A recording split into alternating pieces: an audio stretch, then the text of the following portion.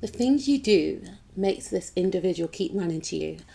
I kept hearing Gina Thompson's song yesterday, and I thought, you know what, I need to do a video about this. I don't know if most of you know who Gina Thompson is. She's one of my favorite vocalists of all times. Very underrated. And she came out with a song with Bad Boy in 1996. So that's literally 30 years ago. And Missy Elliott is on the rap part. Those that know. But yeah, she killed it on that track vocally. But the things that you do makes this individual keep running to you. And I'm hearing for some of you that you may have been in that energy before, and it's almost as if the energy's flipped, the energy has turned. Now, what is it that you do that makes this person keep running to you? You don't fan over them. That's the first thing. And it's a breath of fresh air, because this person is used to people fanning over them. It makes them feel claustrophobic is what I'm hearing. It makes them feel trapped. It makes them feel stuck, having all this attention on them all the time. This is a person that has people always draining their energy, always calling them, always wanting to hang out with them, always wanting to be around them, always wanting to meet up. Imagine that, constant 24/7. It's literally like being a celebrity. It's literally like being a celebrity, and you step out your house and there's paparazzi. And if you are a person that's quite reserved or very private, it will be very intrusive. And you don't act like that. You don't act like a paparazzi. You don't act like a fan. You don't act like their PA. You don't act like their bodyguard. You just let them be. And this is what makes this person feel like, something different about them. You're standing out, right? The fact that you don't want them for their money. Now, maybe this person could be very established. Maybe you didn't speak about money, but there's something around you not fixated on their pockets. Maybe you got your own. Maybe you talk about making your own money, how much money you make, where you're going to go. There's something around you not pressurizing them for a relationship. Yes, you may find this person attractive, but I'm hearing for some of you, you're not betraying yourself. It may be a situation of you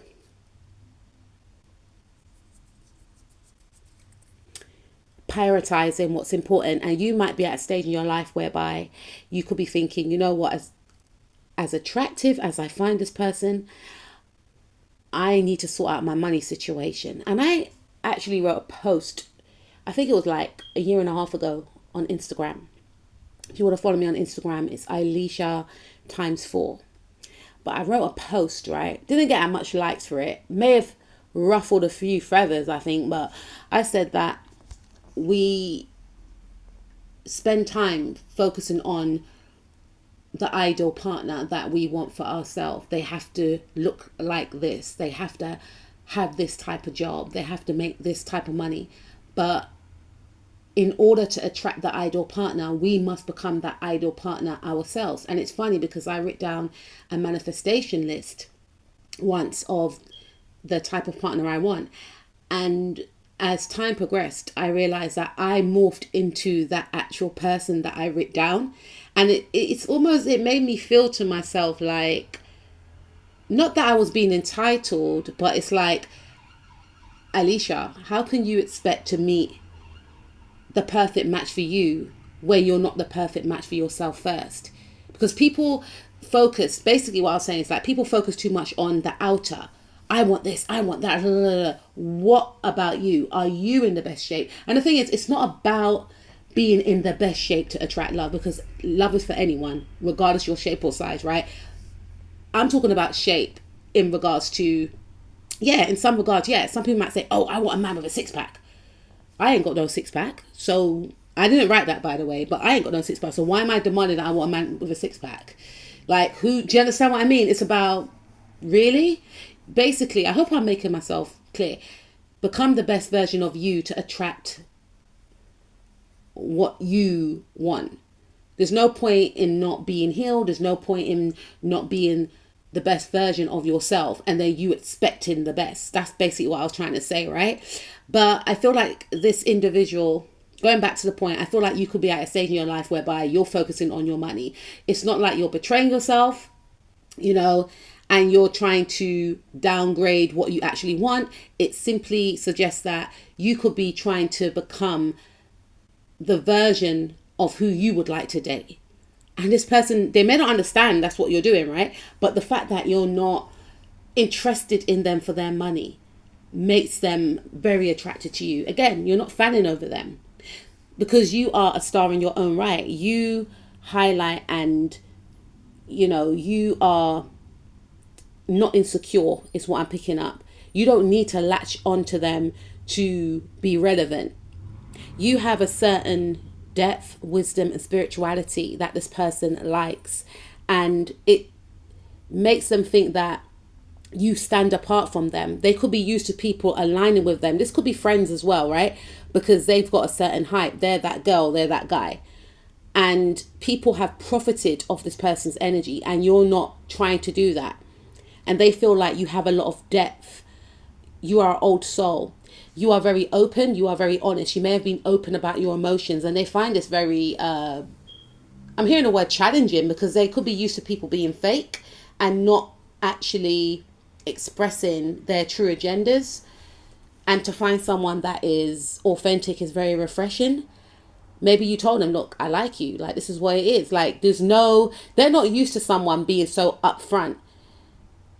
They may have felt like you were mysterious and secretive and manipulative, but they're learning that you're not. You say it how it is. You're not trying to bind them. You're not trying to guilt trip them. Like, oh, I've done this for you, so you owe me. You're not trying to block them. Okay?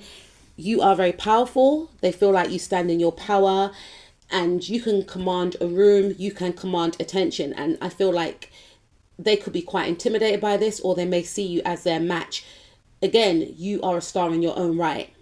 They don't see you as deceitful, which is amazing, because they have been around, or they're acknowledging that they've been around a lot of distrusting individuals that say one thing and do the next, or appear one way, but then they find that the person is underhanded.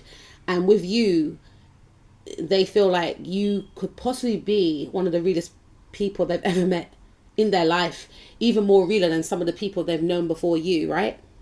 And you're happy-go-lucky. You're not the type of person to sit in your pity. Not to say you do not get upset, right? But you have that way about you whereby you face your challenges head on.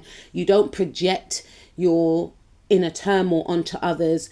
You don't wear your pain. You know how to work through your pain, and you still have a kind heart. You didn't allow whatever you went through. You've overcome a lot, and they admire your strength, and you didn't allow your strength to define you. And you're not a person that seeks pity, is what I'm picking up.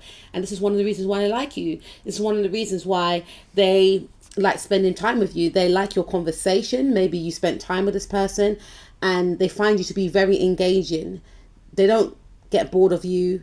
They find you intelligent, quirky, animated, and you always look beautiful, but you may always change your appearance. They don't know what they're going to get next with you, what clothes you're going to wear, what look you're going to have. Like, you're very exciting and unpredictable, but in a very elusive way. You're like a walking fantasy, but you're very reserved, and you don't try and feed the connection in a forceful way. And they find this very appealing, and you compete with yourself only. They find you to be one of a kind because you have compassion and empathy. You're not fake and you're independent. So your independence really, really is attractive, and you do not compare yourself to anyone